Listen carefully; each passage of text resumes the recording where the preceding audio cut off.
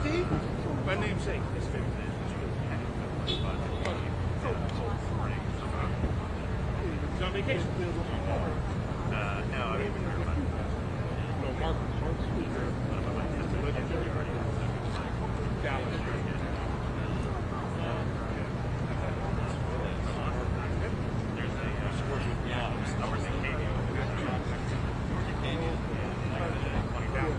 Okay. I know.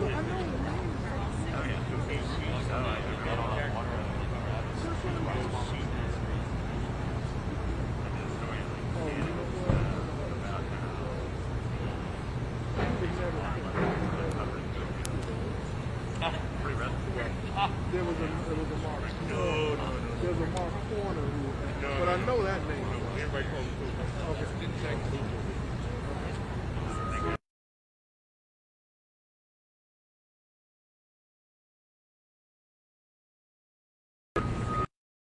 I literally just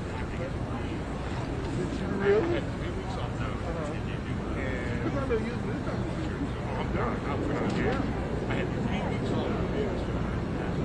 I mean, my wife was like, I literally, like, I think I laid around I just read, slept, ate, Oh my God. then came back home. Everybody else was on.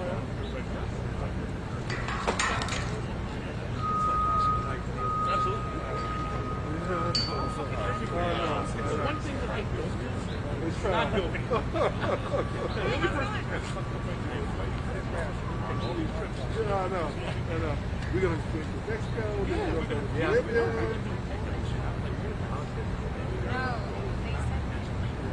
There you go. I mean, just don't catch it because it might not kill you. Yeah. That's what they say. They say. Everybody says everybody kind of different experience. I ain't never heard nobody say, I got it, and I'm good. You know, it's still some soft shit. So I was, I mean, the point is, I was on, I called it. I'm still in my bones. It was just like, It was Puerto Rico all over. it's the opposite. It's the citizens. Yeah, I know. Oh, I know. Hey there. Tranquilito. Breaking the face. Wave your gun. So you know you guys kids, you're talking nuts otherwise. Yeah, you go.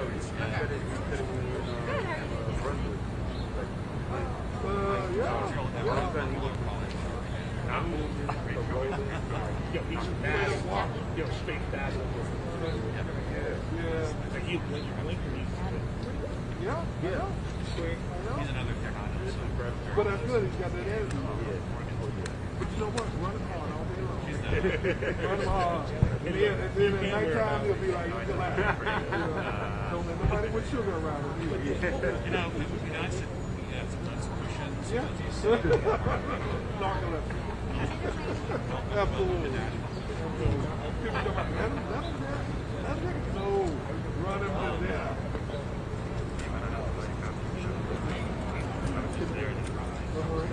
Oh, yeah?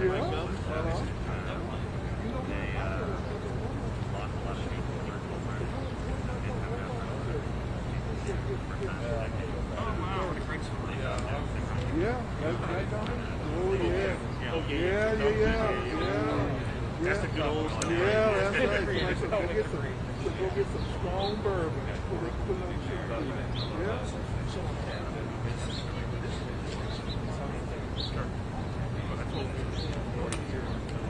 I'll give him I think everybody will be here. Yeah, so I'm going to give him if I win to the show. Then we get right back to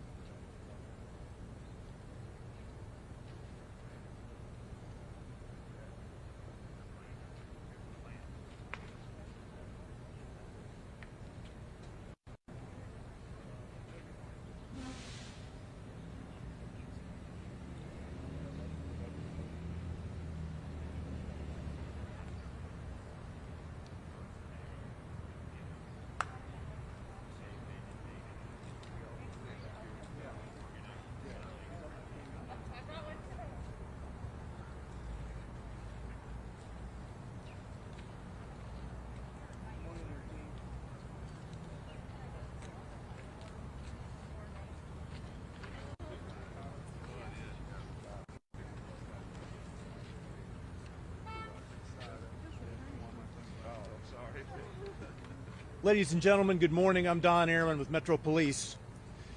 And in just a few moments, I will introduce you to 5 heroes. First of all, we have an update for you from Chief Swan about road and traffic closures in the downtown area. And then Mayor John Cooper and Chief John Drake will speak with you briefly about our 5 officers, and then we'll introduce the officers to you. First, Chief Swan. Good morning. So just to give a quick update on the infrastructure, as we work with our federal partners, law enforcement partners, and the footprint shrinks as far as the investigation, they will release the properties back to Metro. Once that happens, we will do a preliminary sweep. We'll have our public works, codes department, fire department, along with all utility districts that will go into the affected area just to make sure that it is safe. Then we will release that back to our business partners and residence owners. So I'm happy to announce this morning between 4th and 5th Avenue down to Broadway will be open. So as of 10 a.m. we will release that. We're doing the sweep right now as far as our preliminary sweep with all our partners I mentioned earlier. We'll let our business partners come in. That liaison will be from the Office of Emergency Management working with our downtown partnership. As far as the communication update, We know that AT&T yesterday, as of 8:30 last night, they've restored all the mobile communication. And then this morning, they got back into the workflow, and there will be times where we will lose communication because they are trying to restore the fourth floor. At the fourth floor, that will get our critical infrastructure back into play. And that's internet, along with landlines and our 911 system. They're feeling very confident by the end of the day they will have us up and running at full capacity. But please remember that there are a lot of moving parts, and there are a lot of things that happens, and we will try to address that as it happens. So again, we appreciate everybody's patience, and we will proceed with getting Nashville back on the road of reopening. Thank you. Thank you, Chief. And then very quickly this morning, I just talked to Senator Blackburn, and she was reporting to me on a conversation she had with the President.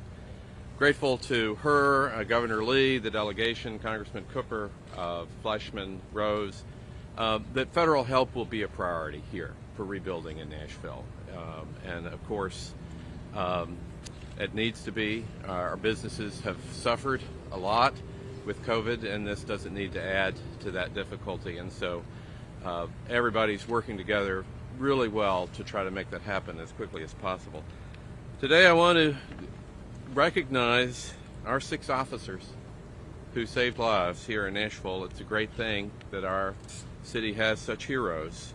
Officer Llewellyn, Tapping, Cypress, Wells, Hosey, Sergeant Miller.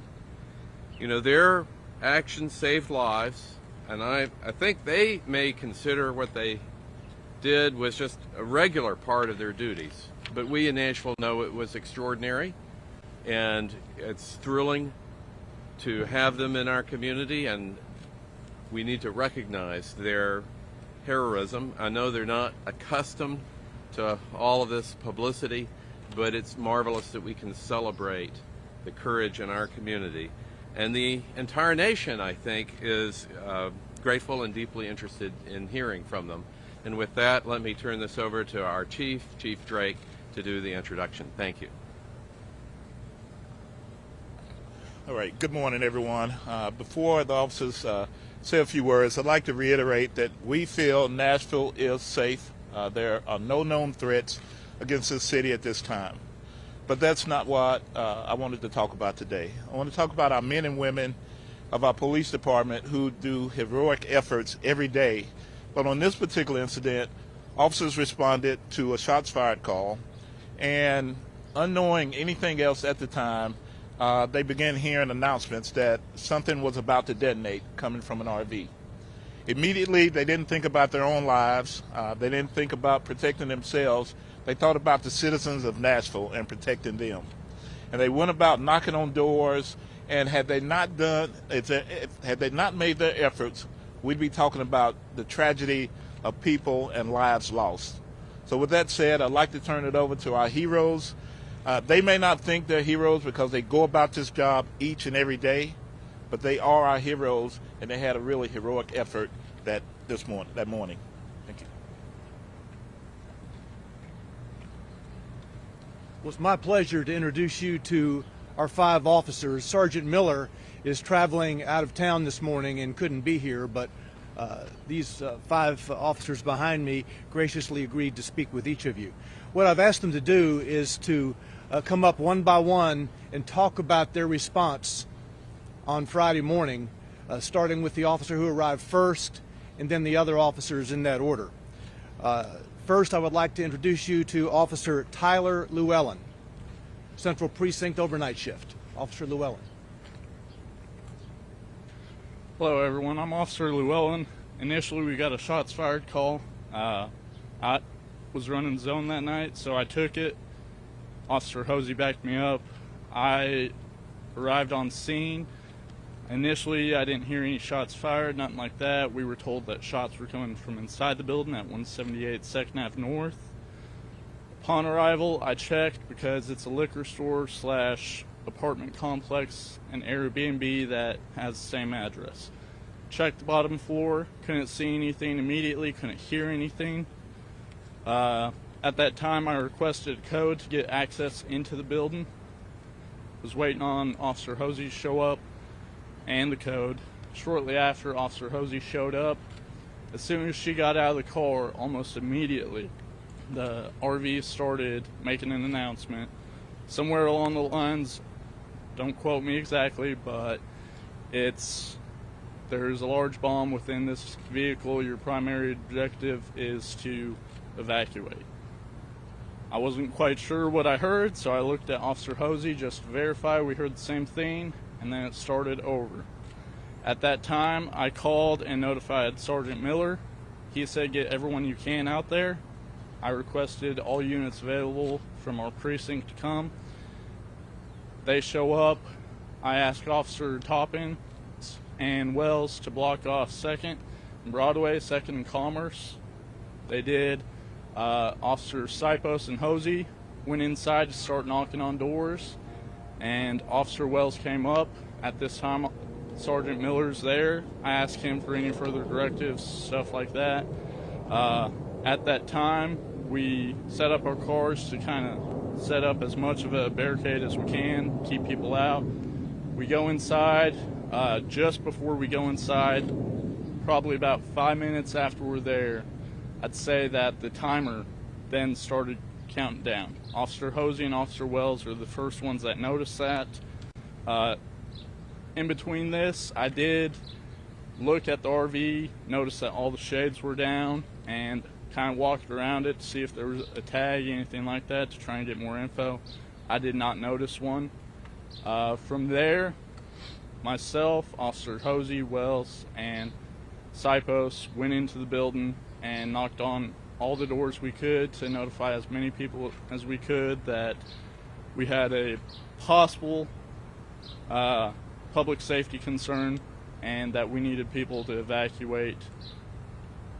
We noticed that there was a basement exit, so we asked everyone to go down and out the basement.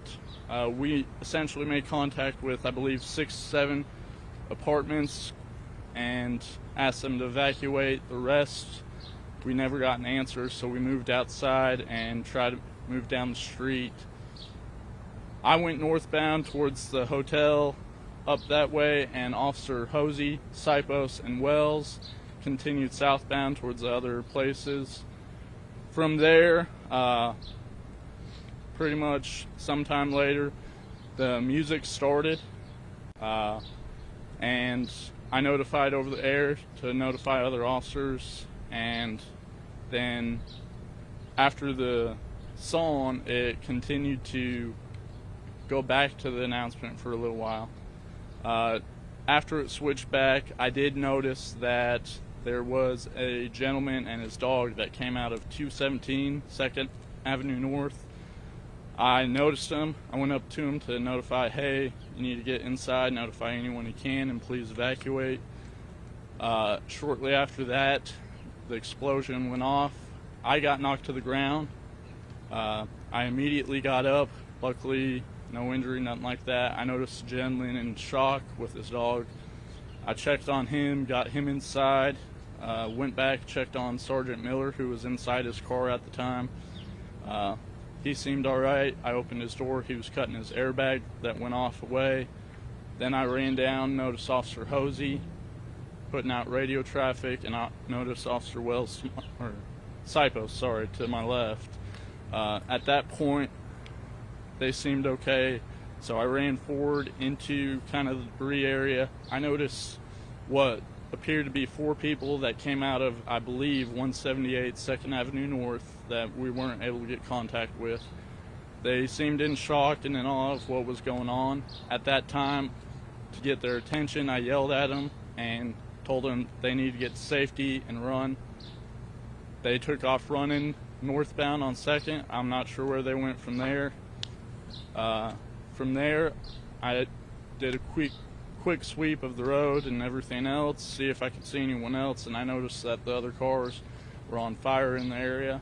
Wasn't sure if possibly they were going to explode too, so at that time I pulled back and resources started coming to us, and I just assisted the best I could with keeping people back from that point. So that's essentially the role I played, and I'm going to turn it back over. Thank you, Tyler. Officer Brenna Hosey was the second officer on 2nd Avenue that morning. Officer Hosey is a 4-year police department veteran and also assigned to the midnight shift at Central Precinct. Officer Hosey. Good morning, everyone. I'm Brenna. Like Tyler said, we got the shots fired call, so I was going to back him up on 2nd Avenue North. As he said, as soon as I got there and stepped out of my patrol vehicle, we started hearing the announcements being made. Kind of had that confused look on, is this really what we're hearing right now? After he notified Sergeant Miller, we were trying to think of the best way of action. We were making sure the entry code worked. As soon as Cypus showed up, he and I started knocking on doors, waiting for Sergeant Miller and everyone else to arrive on scene. We were able to clear the first floor, and then Sergeant Miller, in his thinking, had us come back out and move our patrol vehicles to a more strategic position, so if we needed to go back to our patrol cars, we wouldn't be affected at all.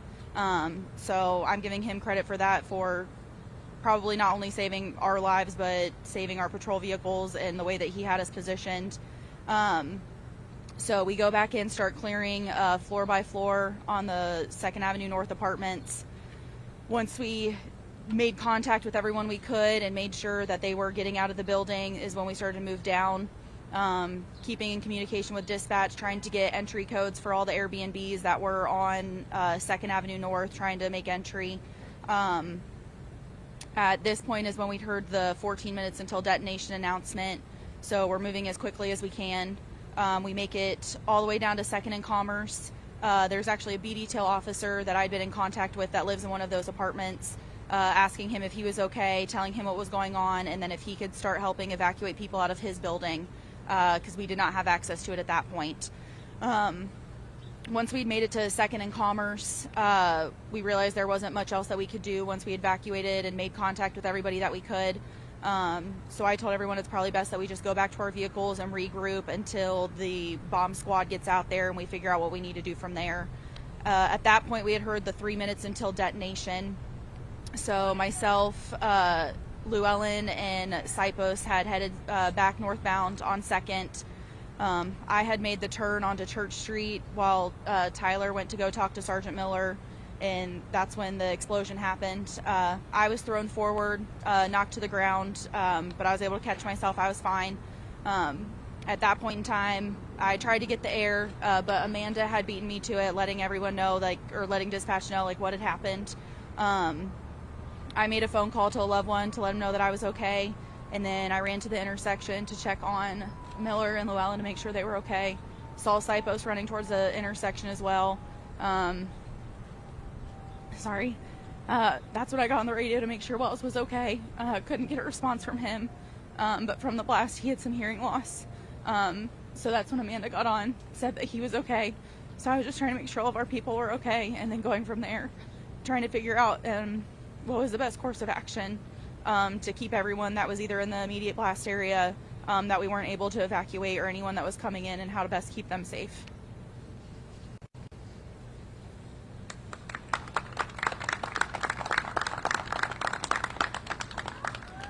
Now I'd like to introduce you to Officer James Wells, also assigned to the Central Precinct Midnight Shift. James has been with us just under 2 years. Officer Wells. Good morning. Officer James Wells. Shortly after the shots fired call came out, Officer Llewellyn had came over the radio and said I needed everybody here immediately. And just by the tone of his voice, we knew it was serious. And, he said it was a possible bomb situation and that Sergeant Miller was aware. At the time, I was sitting right next to Officer Toppin, so we got over there as quick as we could. Not knowing that the RV was the vehicle in question at the time, we actually pulled right in front of it. This is right across the street. We pulled up, and then when we heard the announcement, Toppin was like, "Is that the vehicle in question?" And Llewellyn said yes. We immediately hopped in our cars and bagged out, and then so we started setting up the perimeter. to start shutting down Commerce and Broadway to make sure nobody could come in or out. And then Llewellyn called for more people to come help evacuate the building, which I did. At that point is when I heard, you have 14 minutes to evacuate the area. And at that point is when I started to prepare my mind for secondary things to happen. I actually told everybody when we come out to make sure we look at the high ground and the parking garages, just in case, as I felt like maybe an active shooter might have followed that, just because it felt, at that moment, it felt real, and it felt like there was going to be some secondary activity. So every time we came out of the building, we made sure that we were looking around and checking high areas, just making sure nobody was peeking around and looking at us. So we continue to go door to door, trying to get codes from dispatch to get in. We get down to 2nd and Commerce, and that's when we hear the 3 minutes as we coming out of the building. And at that point, I told them I was going to go back to my car and get my heavy plates, just mentally getting prepared for whatever was about to happen. And as I'm putting my heavy plates on, Llewellyn tells me that Sergeant Miller told me to pull my car back because I was actually in the intersection at first. So then I pulled my car back in between the buildings, and which is the parking garage, and then 2nd and Commerce to get out of the blast radius. And at that point, I get out, and I'm starting to go back toward Llewellyn and Hosey. And as I'm getting ready to walk toward them, walking back toward the RV, and this might not be politically correct, but this is my truth. And I literally hear God tell me to turn around and go check on Topping, who was by herself down on Broadway. And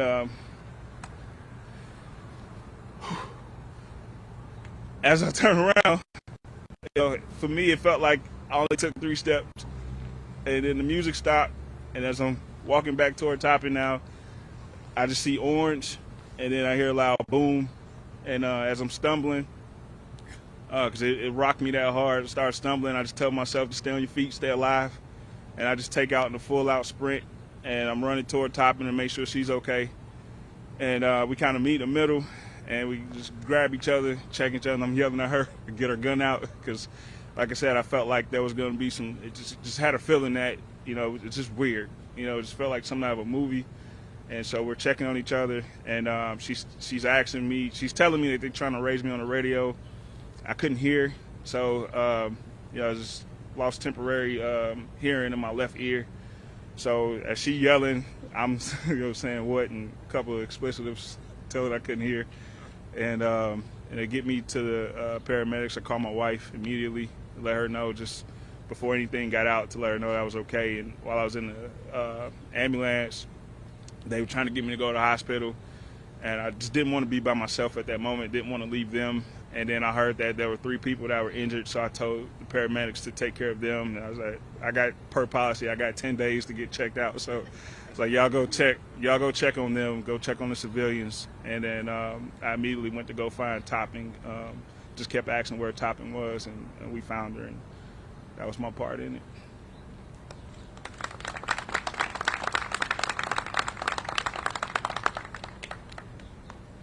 Officer Michael Sipus, assigned to the Central Precinct's midnight shift.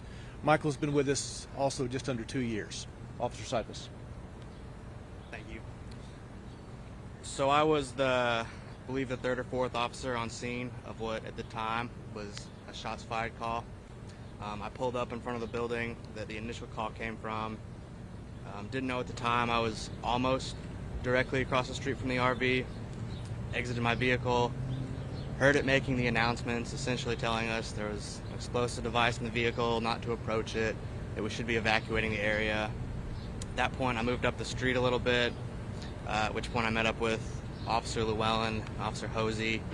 We started making plans to get into the buildings, start knocking on doors to let families know what was going on, and get them out of the building. I don't know the address off the top of my head, but the first building we went into was the one that the initial call had come from.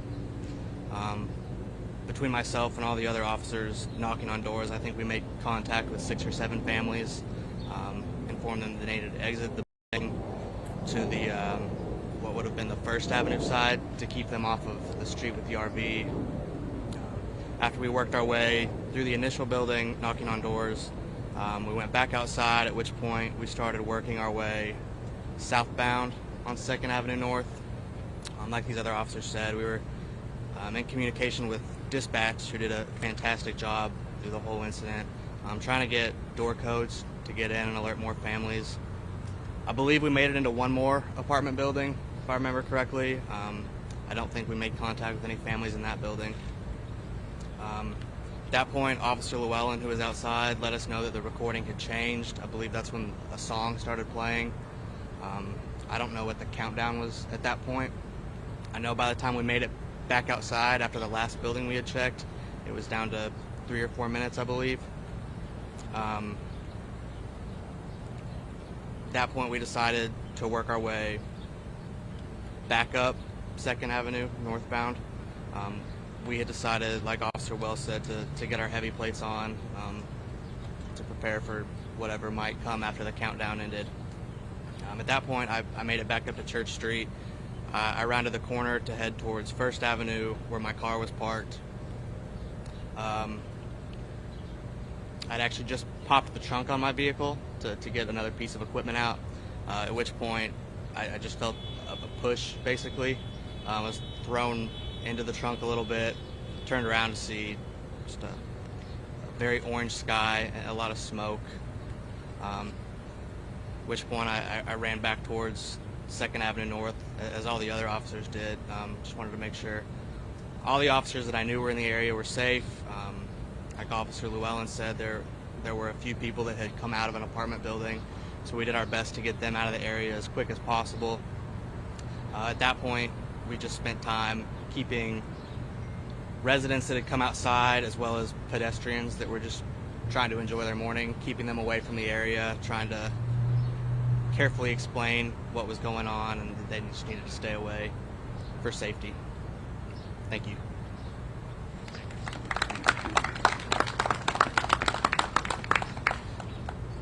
Our 5th officer is Amanda Topping. Amanda has been with us for just under 2 years, also assigned to the Central Precinct's midnight shift.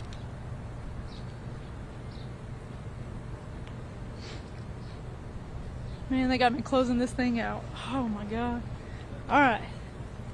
So I remember that morning, I was sitting with James Wells. We were talking over in my zone, and I heard Tyler Llewellyn and Brenna go out to the call.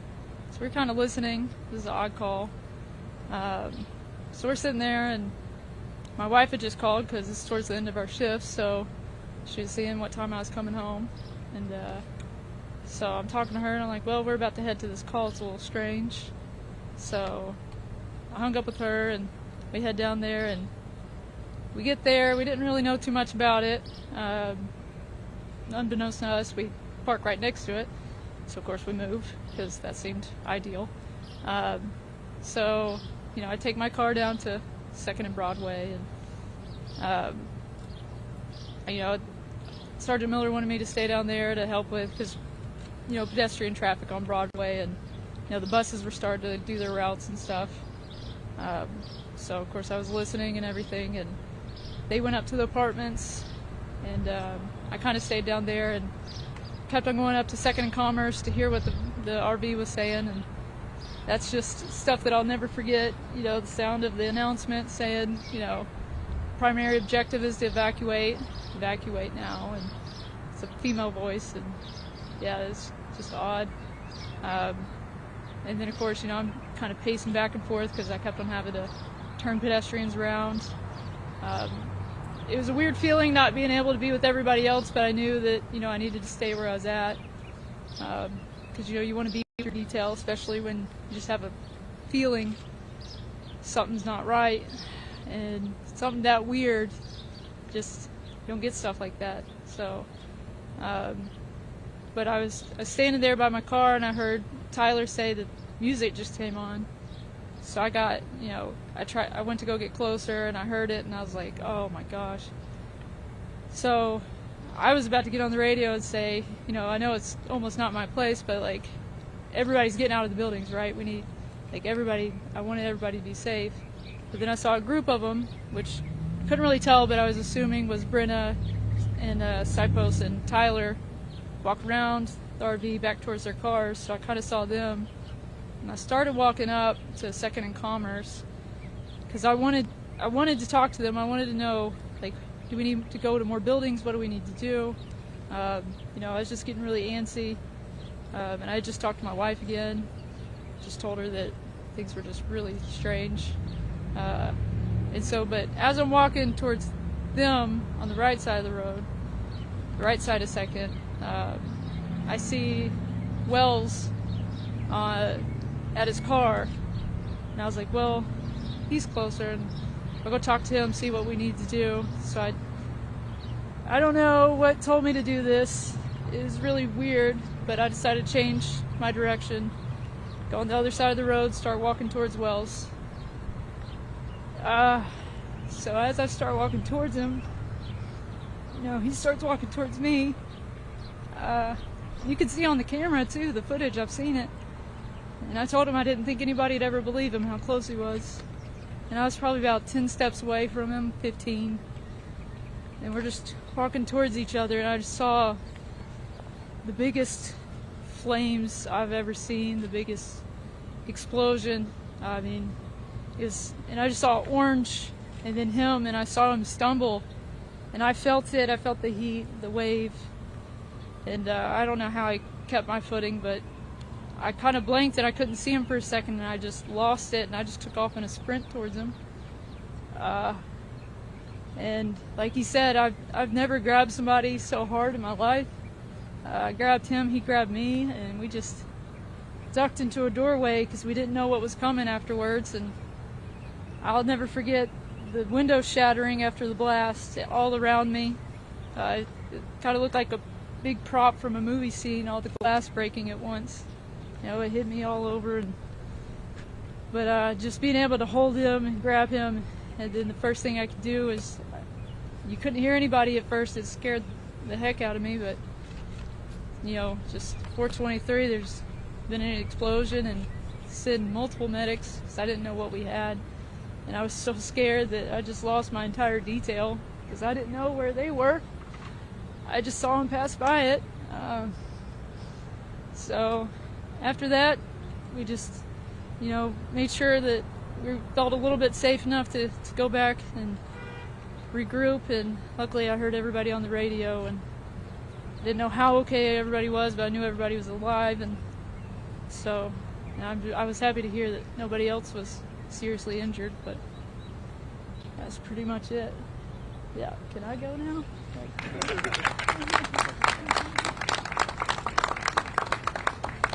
All right, these officers have agreed to take just a few questions. Please, if you have a specific officer you want to ask of, identify that, or if you don't have a specific officer, we'll try to find the best one. Is this where the bomb squad was? The Metro bomb squad, were they on the way? Yes, the bomb squad was on the way. The bomb squad had been requested, and they were on the way. Officer Wells? Ma'am, right here. Oh, yes. When you described that there were shades on the RV, were there shades in the front as well? Did you ever see a person in or around the RV? Yes, ma'am.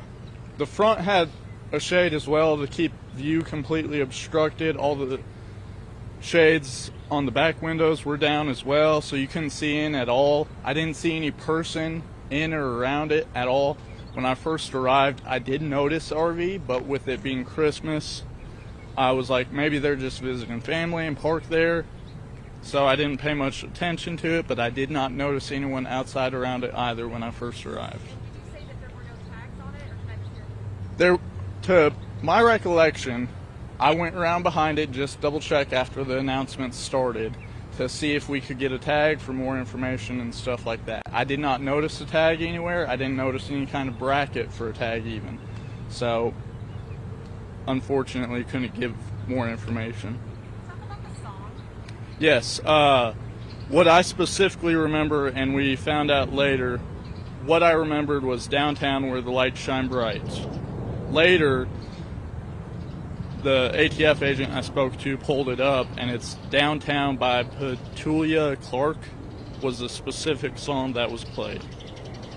Officer Wells, you talked about a moment where your thinking kind of changed. I'm sorry, you can kind of speak up for me. You talked about a moment where your thinking kind of changed and things got real, so to speak. Has your you're hearing that audio recording, you're hearing 5 minutes, 4 minutes, 3 minutes. No, it wasn't a consistent countdown. It was like, hello, this is a warning. For your safety, evacuate the area. And that looped for a few minutes. And then as we were getting ready to go in the building, it changed to, you have 14 minutes to evacuate the area. And that's when my mindset changed, and we started looking at the building. And then there was also cameras on the RV, like surveillance cameras above the mirror. So you got the hangover part that hangs over the windshield. I'm sorry, I talk with my hands. And so you got the hangover part, and then you got the rearview mirror here. The camera set in between that. So it just, it felt like whoever was behind it was watching it. For me, it felt weird. All the cop lingo that you hear about the spider senses, about the hair standing up the back of your neck. All that went through my body, and then just immediately the training kicked in that we do as far as staying calm, but being vigilant and watching around us. So that became my primary objective, is to, as we're evacuating, also looking for any threats in the surrounding area. As those minutes are counting down, what do you think and what are you preparing for? I'm preparing for a shootout, and also getting as many people out as possible. So it's multitasking in my thinking, just getting as many people out of these buildings as we can, and also ready to engage anybody that was not in this uniform. You mentioned hearing another voice. I was God. I'm not going to shy away from that. I am a spiritual person, and so I truly believe that when I do this job, I'm led by that voice. How I treat people, how I go about doing this job every day. That's what guides me, and I truly believe that that's what guided me in that sense, because I was literally getting ready to walk back toward that RV, and when you watch the video, you can see that moment of clarity for me when I heard God say, "Go and check on topping." And so I was peeking around, looking like this, and then it's like, no, turn around, go check on topping. And so I turn around and start walking in the opposite direction, and then 3 seconds later, boom. So, I'm not going to shy away from that, because that's what saved my life. That's what got me to see my kids and my wife on Christmas.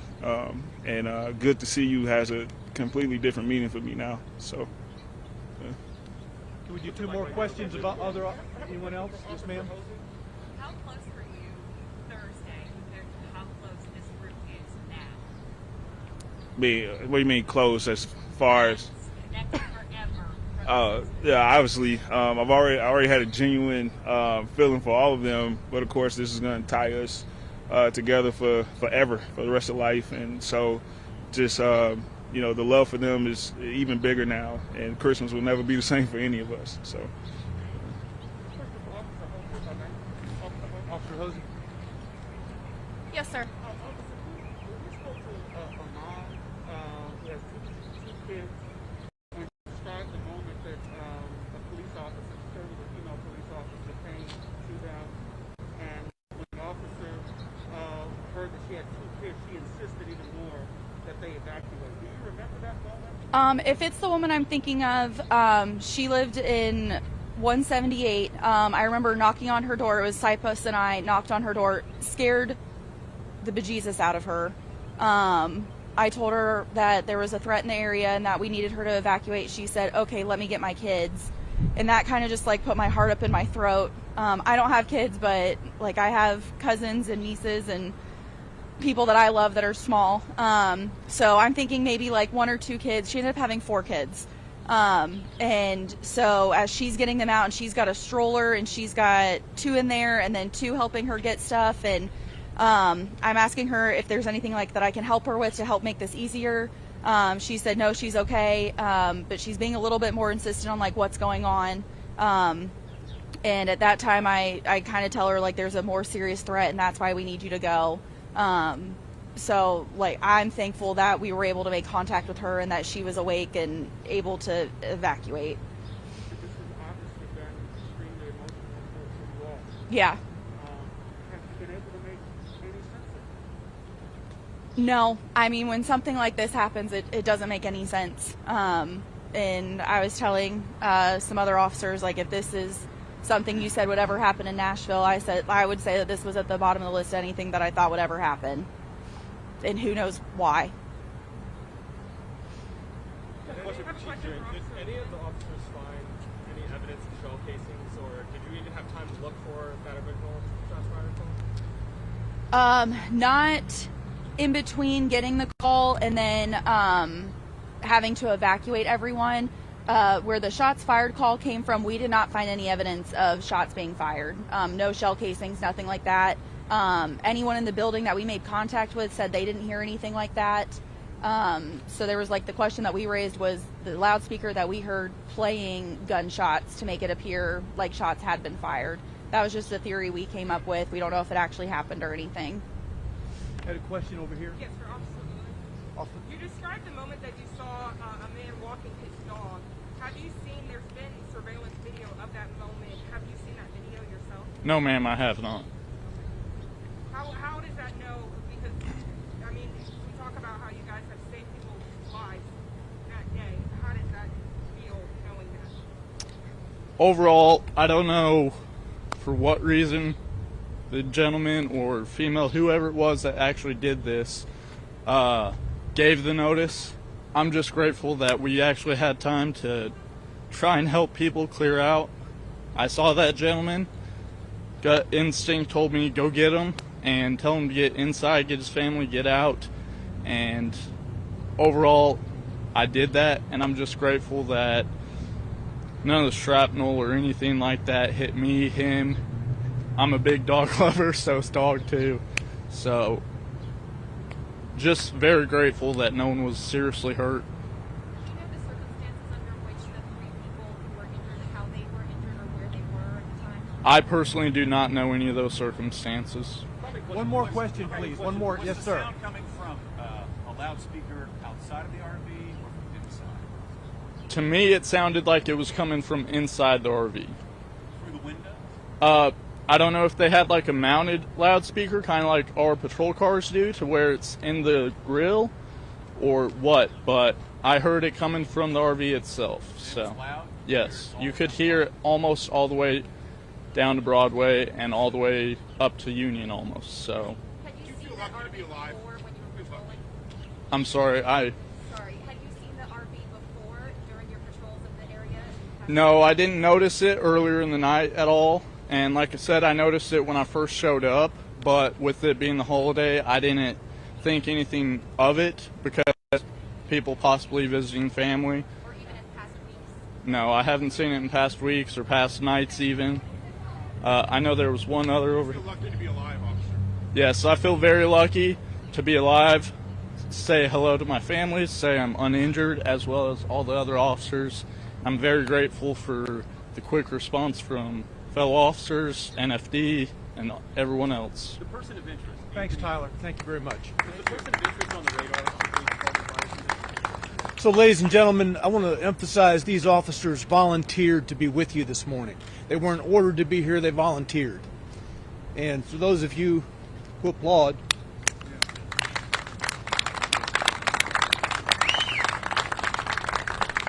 thank you all very much.